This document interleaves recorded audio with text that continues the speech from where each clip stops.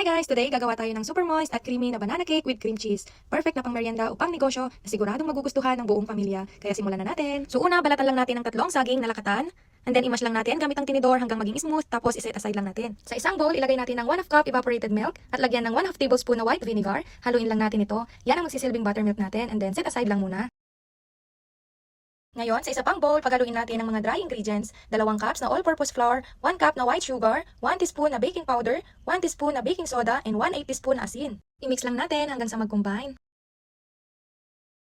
Pagkatapos, ibuhos na natin ang dry ingredients sa namash nating banana. Idagdag na rin natin ang 2 itlog, 1/2 cup na cooking oil or vegetable oil, at ang nagawa nating buttermilk. Yan yung evaporated milk na may vinegar. I-mix lang natin ito hanggang mag-well combine.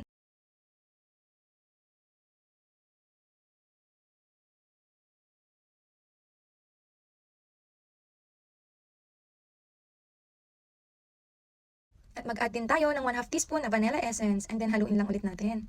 Optional lang po, maglagay din tayo ng chopped na chocolate. Ang nilagay ko dyan ay 2 sachet na dark chocolate na Goya. Then, set aside lang muna natin. Para naman sa cream cheese filling, gamit tayo ng cream cheese. Mas maganda kung buong 225 grams ang ilalagay natin. So, paghaluin lang natin ang cream cheese, 1/8 cup na all-purpose flour, 3 tablespoon na sugar, 1 egg, and 1/2 teaspoon na vanilla. I-mix lang natin ito hanggang sa maging smooth at creamy.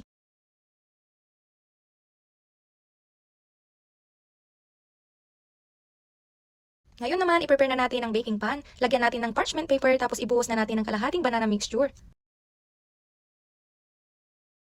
Then, ilagay na natin ang cream cheese filling sa gitna.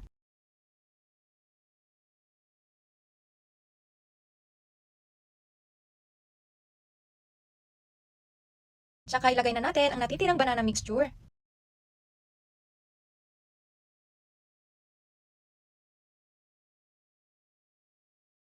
Ilagay na rin natin ang natitirang cream cheese mixture sa ibabaw.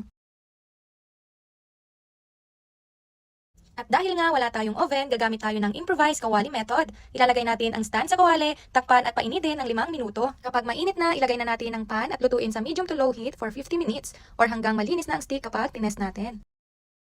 Makalipas nga ng 50 minutes, i-check natin gamit ang toothpick or any stick. Kapag lumabas na itong malinis, ibig sabihin luto na. Pwede na natin siyang hanguin at hayaan munang lumamig bago alisin sa baking pan.